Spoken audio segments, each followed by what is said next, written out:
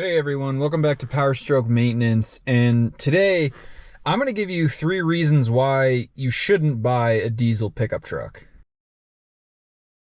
And I think the first one is the higher upfront cost. The new high output Power Stroke engine is a $12,000 option.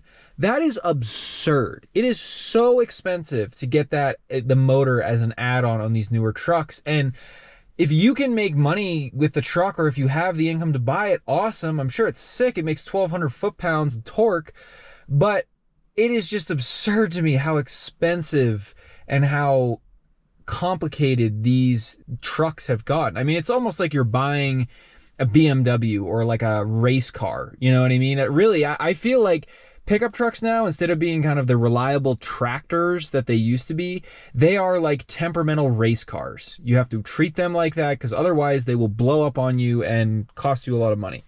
So don't think of your pickup truck as a tractor, think of it as a race car. So secondly, there are the higher maintenance costs. So diesel engines are obviously require special maintenance.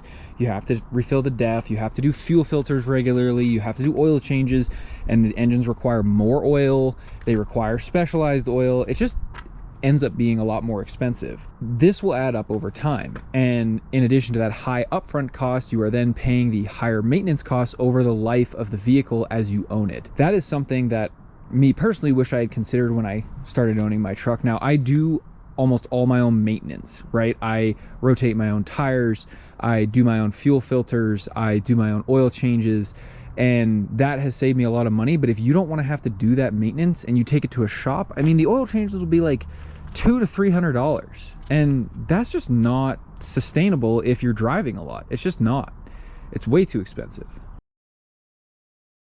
This one for me kind of goes along with the maintenance costs, but I feel as though, as I mentioned before, the reliability of these trucks has gone down over the last few years because of the DPF, because of the EGR, because of the high pressure fuel systems, which were created to make the diesel burn more efficiently and cleaner. And, I think that the biggest thing I've realized is that the older diesels, the 7.3, those like kind of pre-DPF, pre-emissions trucks, even the diesels from the 90s and 80s for that matter, they were really like tractors. You could do your oil changes, you could do the fuel filters, you could put home heating oil in them practically, and they would just run forever with no issues. Obviously you'd have problems with ball joints and steering components and whatever, over the life of the vehicle, but they were very reliable and you could run them forever. And these new trucks just don't have that same level of reliability if you don't